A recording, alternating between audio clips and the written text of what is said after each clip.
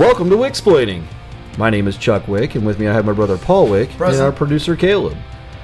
We are going to be discussing political issues on the local, state, federal levels. Can I talk? I'm the host, so I'll do as much talking as I want. I'm not sure I enjoy that. Well, you can argue about who's going to do more talking later. We have a show to do. We're brothers. We're going to argue. That's fine, but the people on the other end don't want to hear you guys arguing right now. They'd rather hear about a good conversation that you guys have planned for them. All right. You're right, Caleb. All right, Chuck, well, let's get to the topics. Okay, we have a great show planned for everybody today.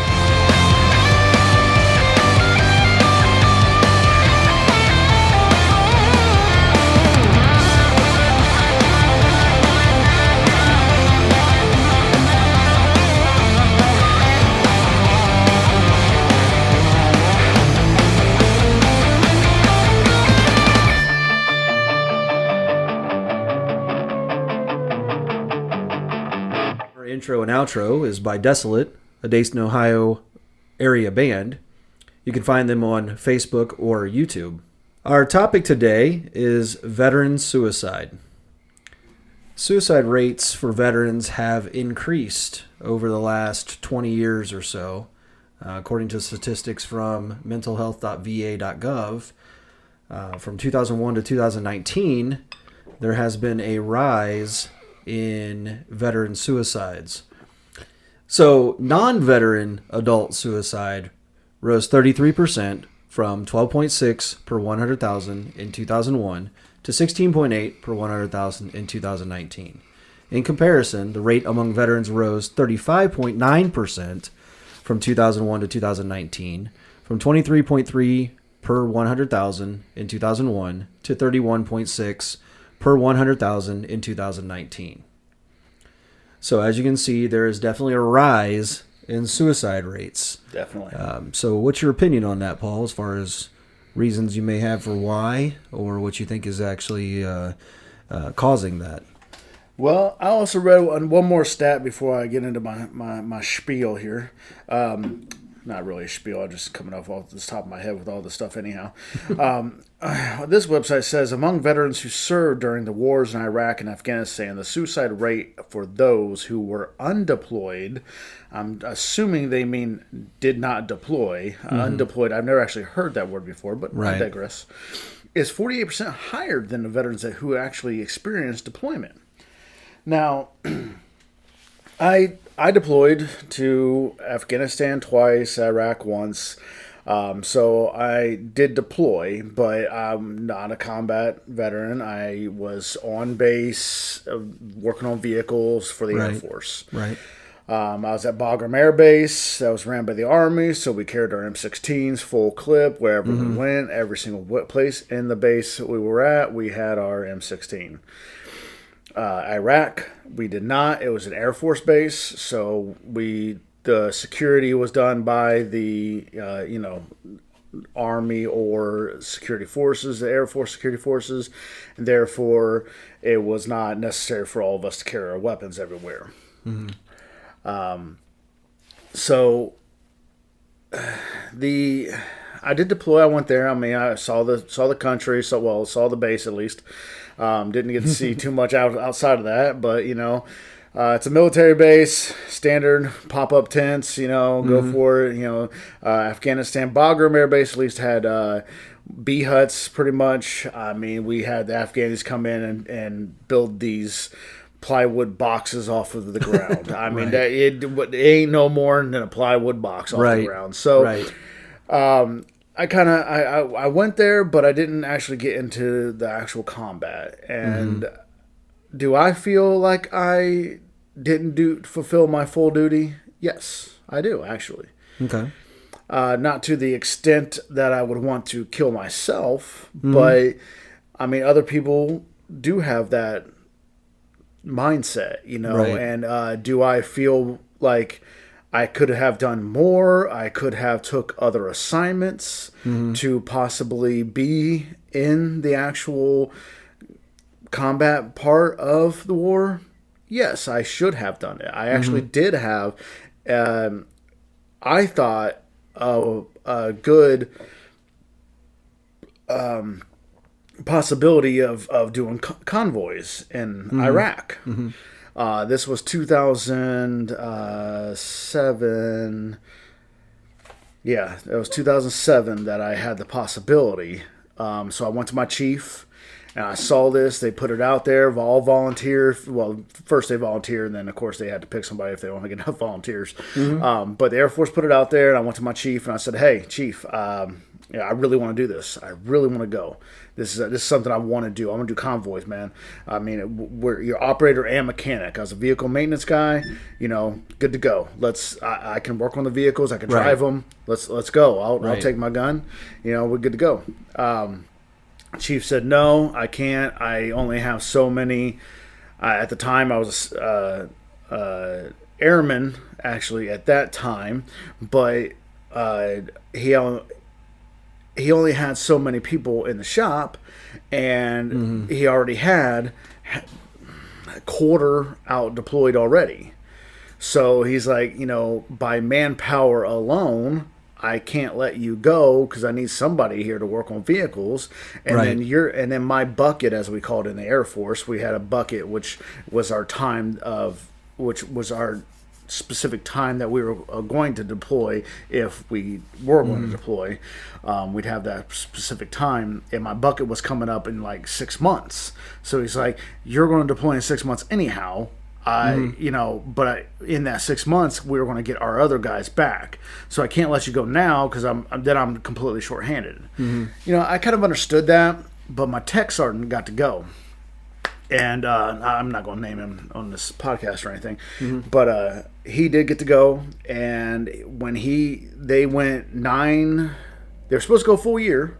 They were 9 months out, and they were finally sent home. Okay. They lost 2 or 3 airmen on that 9-month deployment. 2 or 3 were killed by either roadside bombs or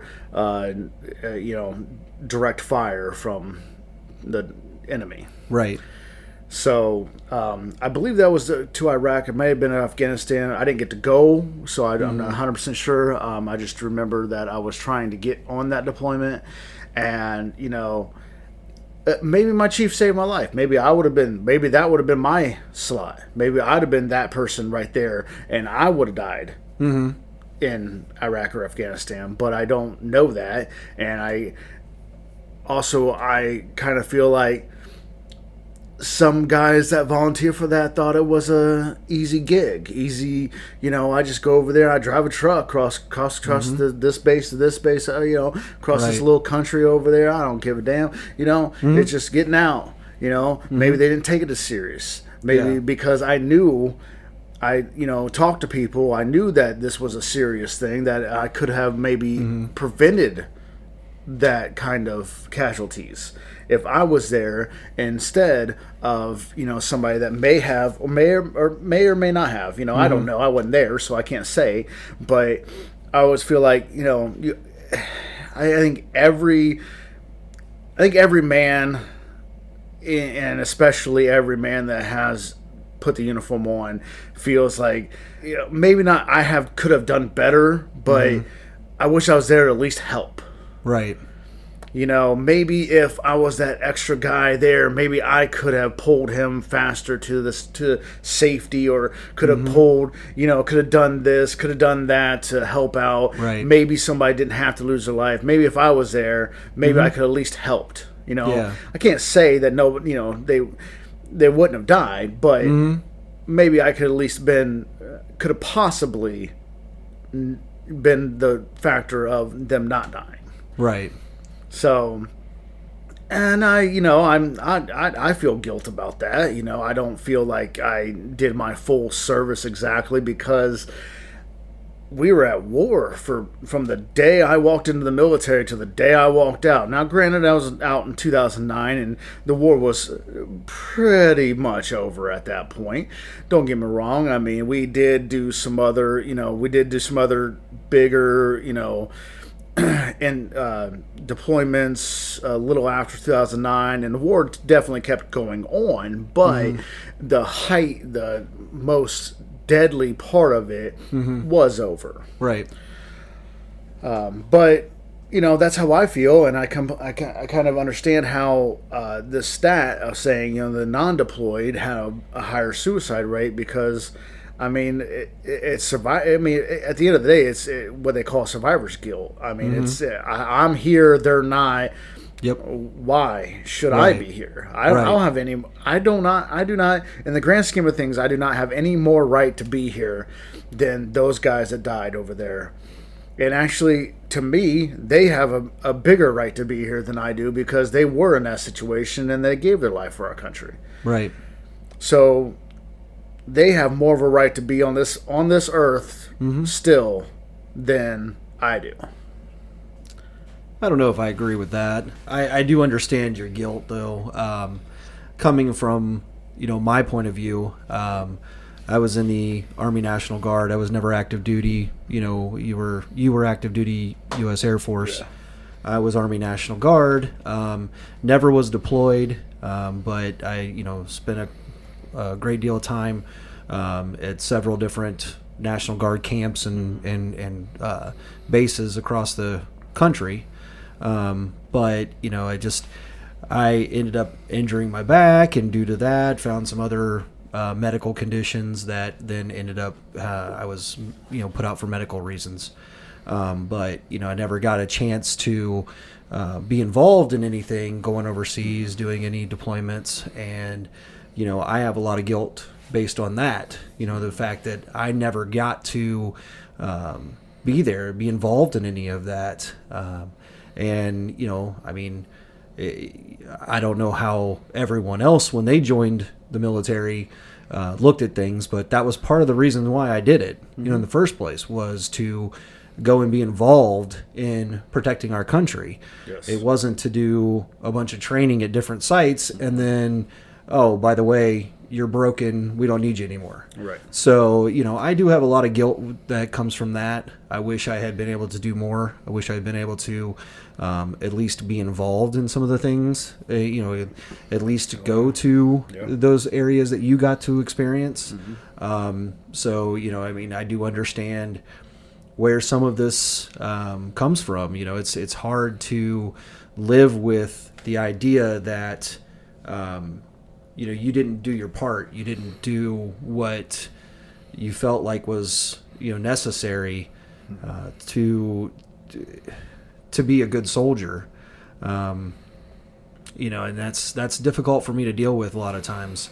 And one of the things I think that happens a lot with veterans that deal with a lot of issues and a lot of guilt is they cover those up with, different types of vices, drugs, alcohol, whatever.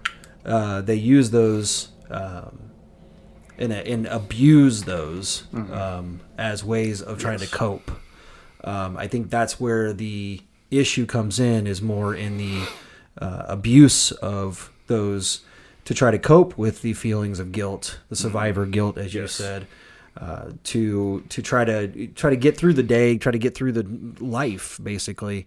And then I think some veterans just get to the point where they don't see a reason to continue to do the day-to-day, to do the month-to-month, year-to-year of life, because they're not experiencing anything that is exciting or helpful, or just the reason why you join is to help the country, is to do what you can to make things better. And when you don't get to fulfill that duty, it's very difficult to deal with. Yeah, I completely understand that. And it just, especially coming home, it's like you lose. And don't get me wrong, I mean, when I got out, I mean, unfortunately, our mom was, diagnosed with cancer. 1 year and she's gone. So it was that was an extremely hard time for me. Thank God we have a large family, and that's I have to say that our family is the only reason I'm still here. Right. If we didn't have such a large family and it was just mom, and I came home from the military and she died, I could easily see me being one of these statistics. Yeah, that's just truth. I mean, anything's possible. It's a good thing you had a good support system around you, though. Right. You know what I mean? And I felt the same way. I mean, I was at training when mom passed away, and I had to come home. I was here for 3 days. Come home, went to the funeral, had a day or so to hang out with you guys and do a little grieving, and then boom, I was back at training again. And so it's like I didn't really have time to process everything and deal with the grief until about 6 or 8 weeks later, when I was done with that training, and I was back home again.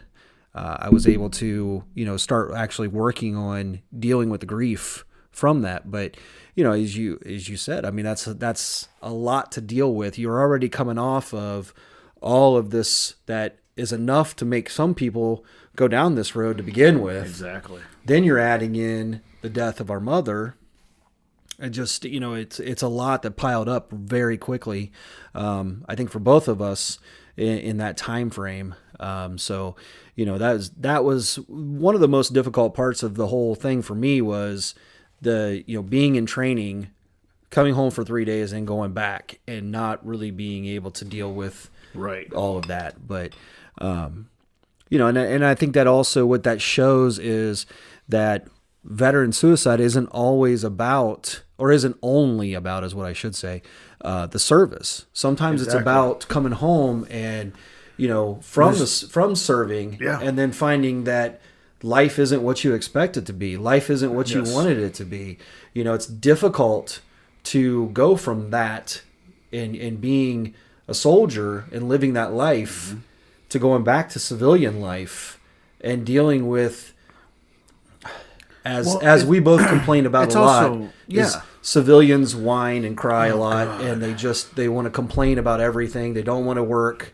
And I know I'm saying this as a whole, like I'm blanket statement against everybody, but it's a very strong problem in society today. It is. And coming back to deal with time. Yeah, it's getting worse all the time.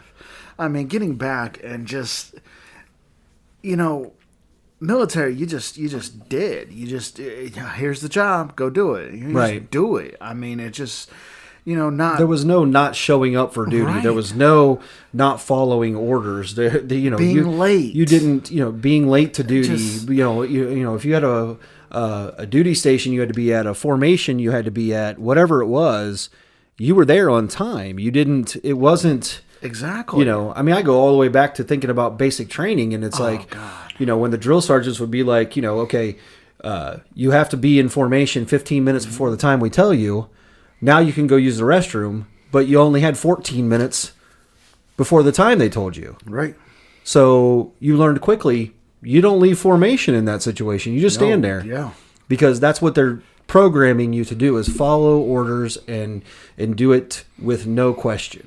And which is, I know it's kind of funny how to see it from an outside perspective, but and to tell our audience, you're 6 years older than I am, but you went into the military, right after you got out, yeah. Right after I got out of the military. So it was like 7 years after I got out of the military, you went into the National Guard. So it's kind of funny my older brother went in after. It's just a little weird situation, but it's kind of funny. I always think that's kind of funny. It's like, my brother went after I did. He's like, oh, well, your younger brother? No, he's my older brother. It just usually it works the other way around. Right, it's just kind of funny. It was kind of a weird situation, but yeah. But when you went in, I mean, I don't know if it was Army or Air Force training or if it was because of the height of the war that was happening when I went in. And, I went in 2003. I mean, we are in the war. And our drill sergeants, I mean, granted, I am Air Force and it's a little more lax on the length and the exact things that we did. But I'd have to say my drill sergeants, even though it was structured this way, they gave it everything to make sure that we had a really good basic training. You know, I mean, Right. structure, time. They'd come in the middle of the night. I'm sure the Army does this too. You have to have your uniform prepared before for the next day. It hangs outside your wall locker. Drill sergeant would come in the middle of the night. If it wasn't right, they'd get your ass up. We would get up, fix this. You're not gonna sleep while your stuff is not right. Yeah. And they would come in the middle of the night. They would wake us up if necessary. You know, I mean, and it was just a lot of Air Force. You know, is a little different than the Army. I mean, Army, they want grunts to perform physically mostly. Right. Take your order, go do, go. Air Force, they want to break you mentally. They want you to think that you're, well, I mean, in basic training, they want you to think you're screwed no matter what. But, and you kind of are, but, Well, you know. It was explained to me that basic training is built on the idea that they can't shoot at you while they're training you, but they can do their best to simulate combat by increasing stress on you. Yes. Teaching you how to deal with a stressful situation and this is the reason why they do the yelling and screaming and they get in your face and they throw things at you and, you know, all this kinds of stuff. It's the idea that they're trying to teach you how to deal with stress. So when you're in those potential combat situations, you have an idea of what to do, how to deal with the stress, and how to keep yourself calm enough that you can deal with the situation itself. You can't be somebody who's in combat and ball up in a ball on the floor like a little baby and start crying. You got to be able to react appropriately and help your battle buddies. Right. And and that all deals with the coming back. It's like when you come back from that environment of everybody went through, the guy to your right, the guy to your left went through what you went through. There's some degree difference. Some drill sergeants were not as good as the other ones. Don't get me wrong. Right. Not everyone performs the exact same way. But when you have your own, you're damn near on the same level as everybody else that's next to you when you're in the military. Some people did have a little bit harder. Some people didn't have it a little bit easier. Don't get me wrong, that happens. But everyone went through basic. Everyone went through Army AIT or Air Force Tech School. Everyone went to that place, did that, and is with you now. Right. And so it's with that, you get that camaraderie, you get that we all know where, I know you went this place to serve here before you came here to my unit. I know where you were. And I think that's also another thing that, civilians don't get, because you just get a job. I mean, civilian world, you just get a job. And it's just, sometimes you have the dumbest people working next to you, and you're like, how in the hell? Well, there's dumb people in the military too, but still. Oh, I know, but yeah, you definitely, as my boss says, the world needs ditch diggers. Don't get me wrong, we all do. We do. Right. I mean, we have to have a hole dig somewhere. Yep. That's fine. Yep. But we also need, in certain jobs, you should have somebody with a little bit more, maybe not even intelligence. There's actually highly intelligent people that just want to go dig holes. That's fine. That's what you want to do. That's what you want to do. That's fine. Oh, yeah. But in certain jobs, you need somebody with not just intelligence, but a drive to actually use their mind. And I can see how veterans coming back from a worn, torn country where you are relying on that person next to you to use their mind to get you home. Right. Because there's no army. I mean, yeah, I know the Army slogan there was Army of One, but there's no such thing. No. I'm sorry. No. I mean, that might piss an Army guy off that might hear this, but there's no Army of One. There's Battle Buddy. There's wingmen in the Air Force. Yeah, you never did go anything alone, ever. No, you never did anything alone. Never go alone. No. I never really understood that slogan, Army of One, because you just can't be alone and do the stuff the military has to do. You can't be alone. Yeah, I'm not really sure what the idea was behind that. I don't remember when that slogan existed, but I can tell you right now that that's not what's taught in the Army. The Army, you're battle taught buddy. that you will always have your battle buddies. We always have our wingman in the Air Force. You have your fire team, you have your squad, you have your company, your platoon, you have everything that all the people that are with you in your unit. That you have that camaraderie with who you're talking about. You have that that battle buddy. Is the idea is that there's somebody right there who is looking out for you and you're looking out for them. And that's not something that you have so much in the civilian world. A lot of people are selfish. They're out for themselves.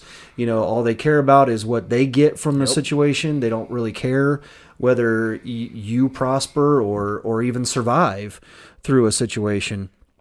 A lot of times they're just there to collect their paycheck, or laziness is something that is extremely hard for me to deal with. When I go to work to work. I don't go to work to stand around and chit chat and shoot the shit with people all day long and clock out and go home. I go to work to do the work that I'm supposed to do. I find that there's a lot of civilians that don't have that same mentality. They go to work and they don't care if they get anything done. Nope. They're just there to collect their little hourly paycheck that they're getting and to go home. I'm not saying everybody in the civilian world is like that. There's plenty of people out there that have drive and ambition and want to do things with their lives and want to succeed and all of that. I'm just saying there is a very huge amount of people that fit into that category, though. I think the biggest problem is that you do have good people at work, but those aren't the ones that are dragging you down. The ones that aren't doing anything are dragging you down, and then you have to work yourself past that. And I had to at my job. I had to. I mean, and I jumped a few jobs after the service, and now I'm at a good place. I like the place I'm at. I'm going to stay there until they kick me out. And, I keep telling them all the time, one, you can walk me out or stop paying me, and that's the only two reasons I won't show up the next day. Right. And my paycheck's not in the account, though. I mean, I'm not coming to work. Right. Because I'm here for the paycheck. I mean, don't get me wrong. But you're still working. I'm going to do my job. Right. But this is not my life. I don't love doing this. I'm a tech guy. I mean, I tech support. I mean, I don't love taking phone calls from the biggest morons in the world and then have to tell them that they're stupid in a nice way. Right. Like, sugarcoat it. Yeah. Can you click the thing that says, the error message says, click this. What do I do? Why don't you try clicking it first? Can you click that? See what happens. Oh, that worked. Thanks, man. Okay. Yeah. So, what am I doing now? I mean, this is my, this is what I'm doing now. I mean, I went from, and that's another veterans suicidal, thing that you come back from meaning, a job that you're protecting your country, no matter what you're doing, no matter what your feelings are about why we are in Iraq or Afghanistan or any other combat situation in the world from the beginning of the United States of America. So even if you think about that, no matter how you feel about that, this is you were fighting. You were fighting for your country no matter if you were fueling the airplane or working on the tires or that's why you got the crap at combat the MOSs and you got support yeah. MOSs. You got. Yeah. I mean, I'm talking from an Army point of view, but you have your combat MOSs, which are the ones that actually can see combat. They're going to be involved in things that will put them in those situations. Then you have combat support, which is people that basically are back on the base. They're doing the repairing the vehicles. They're getting things prepared. They're the supply guys, accounting people, things like that people have to do. There's a lot of those things that have to be done in any business. The military is no different in that situation. It's just the biggest difference is that no matter what your job is, at least in the Army, they tell you your number one job is you're a rifleman. Yes. That is your very first job. Secondly is your job that you do. Yes. So whatever that may be, from anywhere from, accounting to, firing a 50 cal, off the back of a vehicle. If there's anything. If anybody out there listening to this would like to give me that opportunity, I would much appreciate it. Right. That I love 50 cals. Oh my God, I love the weapon. But you've got, your first job is to protect the country, to protect your battle buddies, to protect your unit. To protect the base, whatever it is, whatever situation you're in, that's your first job. When you come back to civilian life, it's hard to adjust to, nobody really cares. It's like everybody just kind of is floating through life. They have their own, reasons for doing things. They have their own selfishness that enters into all of that. They don't, there's too many people are so focused on themselves that they don't even pay attention to anyone else around them. Right. This is how this type of thing can happen with veteran suicides, is because these veterans come back and nobody's paying attention to them. Right. They're going through this tailspin. There's this tailspin of feeling like you're useless. You're not contributing to anything. And here I am just going to this shitty ass job and getting paid whatever per hour to do it. And, and I go and I do my 8, 10, 12 hours, whatever it is. And then I go home and, and I sit and watch TV. There's no, purpose, large purpose to it. It feels like, a lot of times all you're doing is doing a job where you're just making somebody else rich. Yeah. This guy who owns the company or, the investors in the company or whatever, you're just making them rich. And all you're doing is just surviving, from paycheck to paycheck for the most part. I think a lot of veterans deal with that as well. Coming back and kind of having financial hardship, just not knowing what to do. As you said, and I've done the same thing. I've bounced from job to job trying to find something that gives me some kind of feeling of meaning, some kind of purpose. And I can say at this point I'm still yet to find that. And that's been a very difficult thing for me to deal with. There's been times over the last, what's it been, 6 years since I got out. And it's been, there's been times where this is something that's come across my mind too, and it's like, because there's just no purpose for living, no reason to be here. And so it's difficult to deal with that. But that's why we have the veteran hotlines, suicide hotlines. That's why we have suicide prevention hotlines. This is why we have the VA. In the news the other day, Dayton Veterans Affairs Medical Center Suicide Prevention Team. If you're in the Dayton area, which most of our listeners are anyhow. Right. So that's 937-268-6511, extension 2675. That's the prevention team. There's the Veterans Crisis Line, 800-273-8255. And you press 1. There's veterancrisisline.net.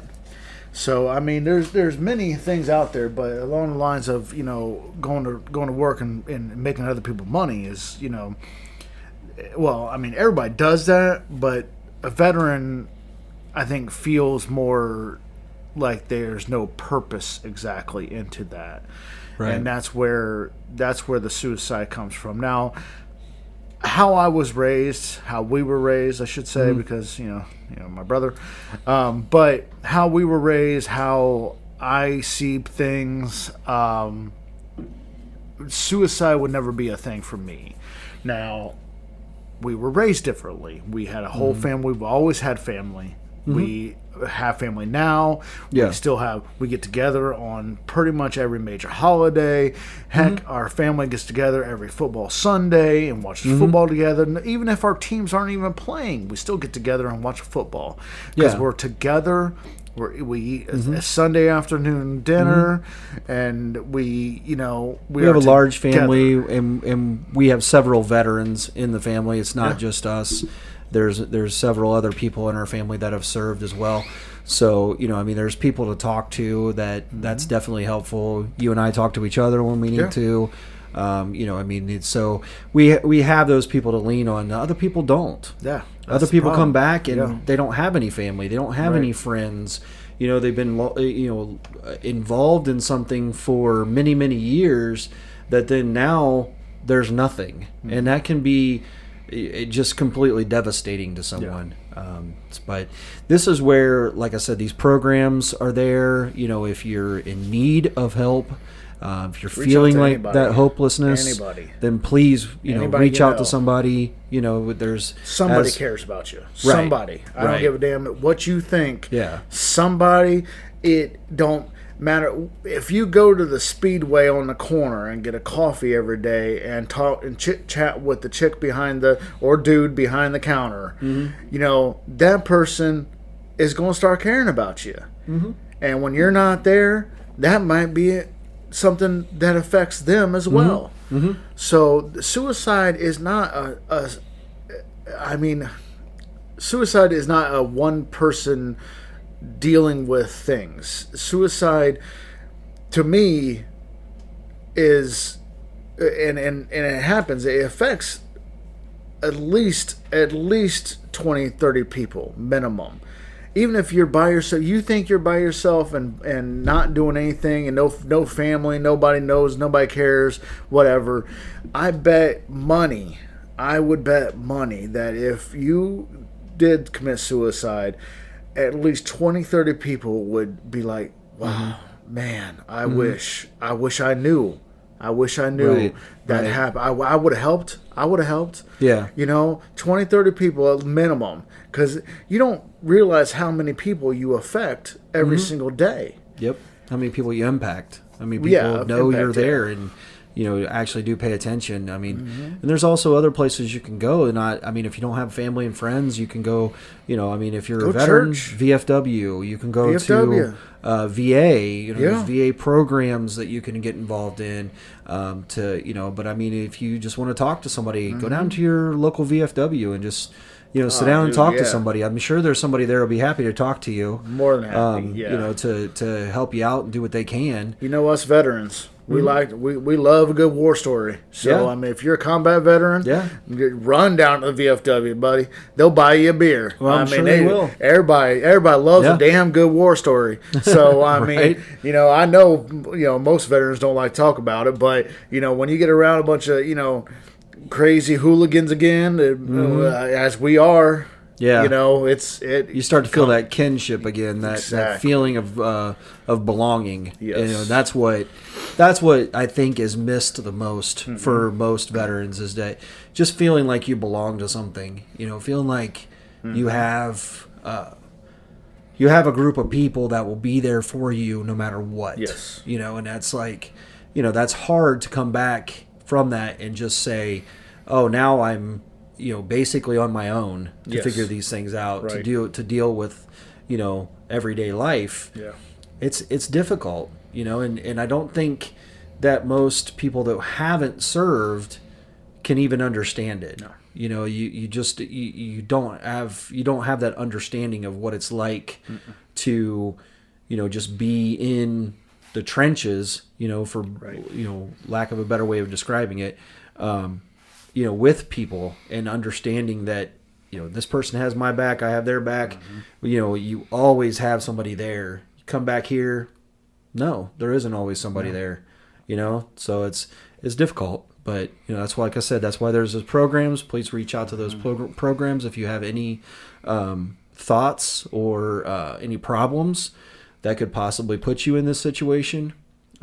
Please, we don't need to lose any more of our veterans.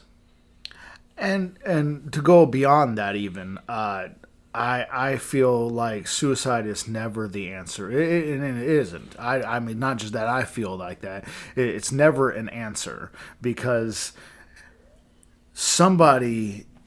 you're going to affect somebody else to the point that they even might commit suicide because you commit a suicide. Mm-hmm. So even a civilian population that does have those tendencies or thoughts, you need to reach out to whatever help you can get as well. I mean, just reach out to somebody, anybody. And I'm not the best Christian, don't get me wrong. I'm not the best man, don't get me wrong. I have my faults, everybody does. Working on them every day. But church has done wonders for me and my family.